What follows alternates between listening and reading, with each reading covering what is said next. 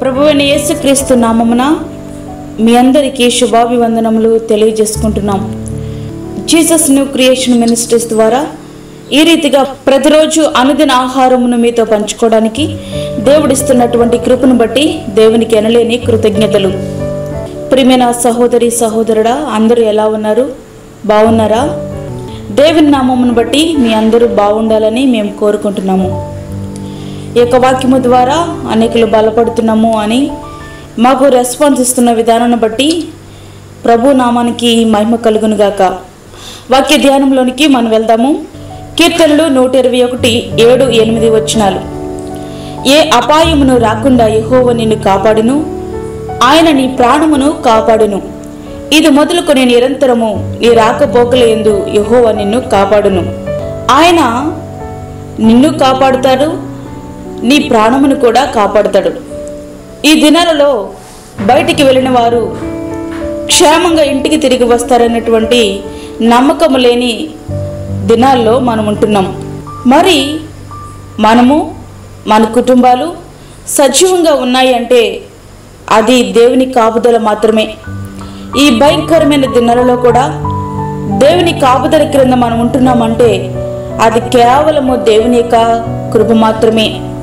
అనేక ప్రాంతాలు వెళ్తూ వస్తున్నప్పుడు ఆయన కృప మనకి తోడుగా ఉంటుంది. దేవుని కాపుదలలో మనం ఉన్నప్పుడు దేవుడు మనలను ఆపదలు సంభవించిన తర్వాత కాపాడిన సందర్భాలు కొన్ని అయితే, ఏ ఆపద ఏ తెగులు మన దరి చేరకుండా మనల్ని కాపాడిన సందర్భాలు లెక్కలేనని, ప్రతి దుష్కార్యం నుండి తప్పించబడుతున్నాము అంటే అది కేవలము దేవుని కాపుదల మాత్రమే.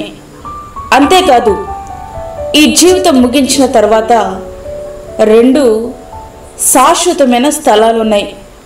1 నిత్య జీవం, 2 నిత్య మరణం.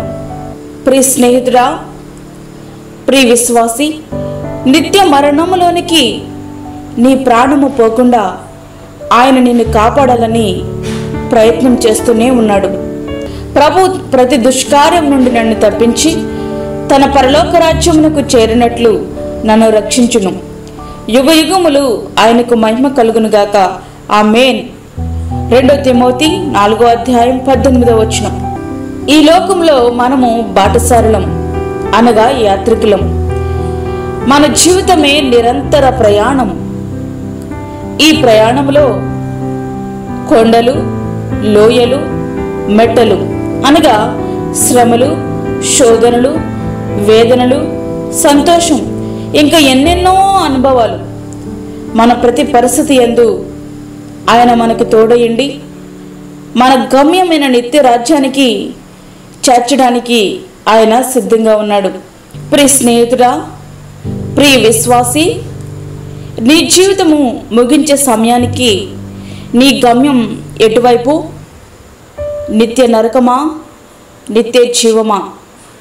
ఒకసారి పరిశీలన చేసుకో. ఎందుకంటే మన ఎదుట 2 మార్గాలు ఉంచబడినాయి. 1 నరకము, 2వది పరలోకము. నిర్ణయించుకునే చోటు ఇదే.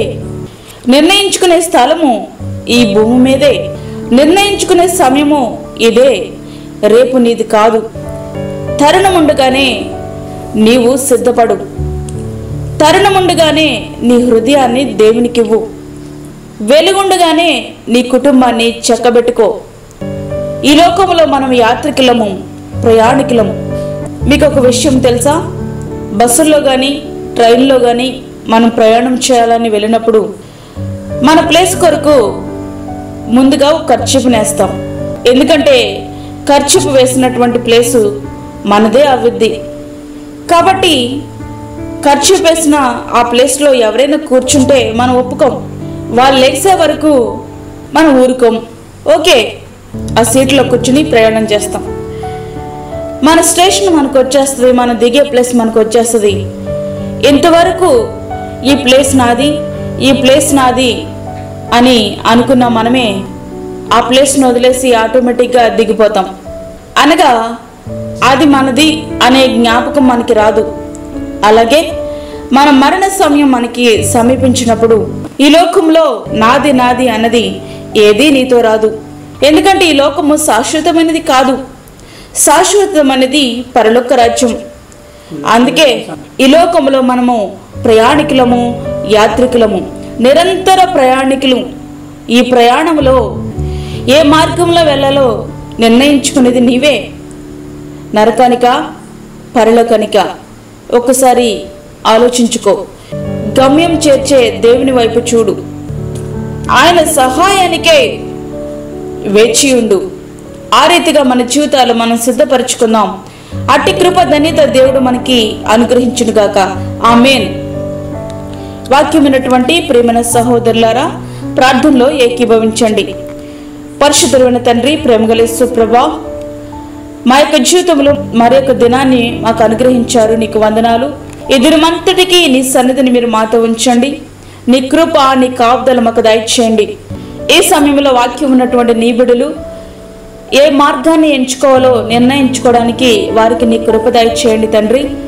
అదేవిధంగా బలహీనులను బలపరచండి, రోగులను స్వస్థపరచండి ప్రభా. మా దేశాన్ని మీరు కాపాడండి ప్రభా.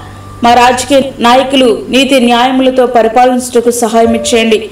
దూరదేశంలో ఉండి వాక్యం ఉంటున్న నీ బిడ్డలకు మీరు తోడుగా ఉండండి.